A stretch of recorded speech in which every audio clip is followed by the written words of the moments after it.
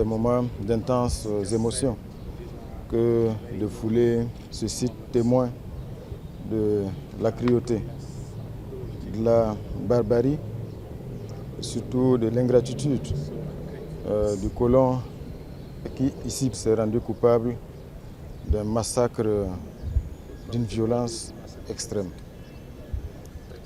C'est aussi l'occasion d'exprimer toute notre reconnaissance aux plus hautes autorités du Sénégal qui ont porté donc cette initiative mémorielle afin que nous puissions savoir ce qui s'est passé ici exactement, les faits et surtout l'ampleur du massacre.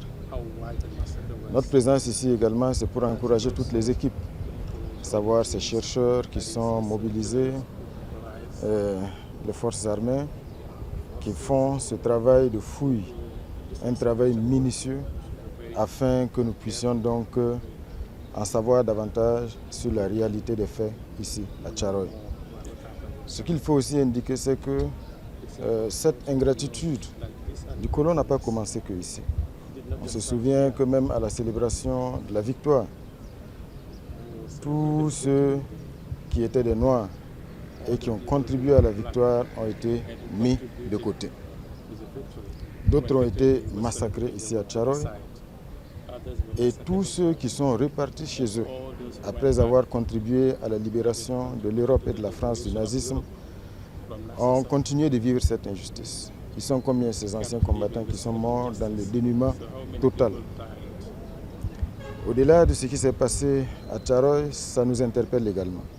Je pense que le travail mémoriel qui se fait ici est une étincelle. Parce que, vous savez, même pour dominer l'Afrique, au nom de la soif de domination, les colonnes et les hordes du colon ont perpétré des massacres, des villages entiers ont été rasés dans beaucoup de pays.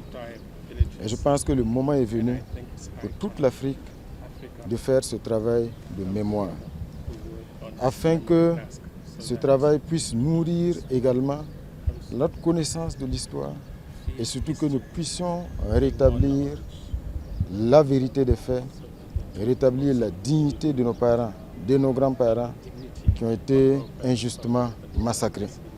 Et surtout que nous puissions nous inspirer de tout cela pour nourrir également la nécessité des révoltes d'aujourd'hui. Parce que jusqu'aujourd'hui, les injustices continuent et le moment est venu de nous révolter, de briser toutes les barrières et surtout de faire en sorte que nous puissions être les maîtres de notre destin.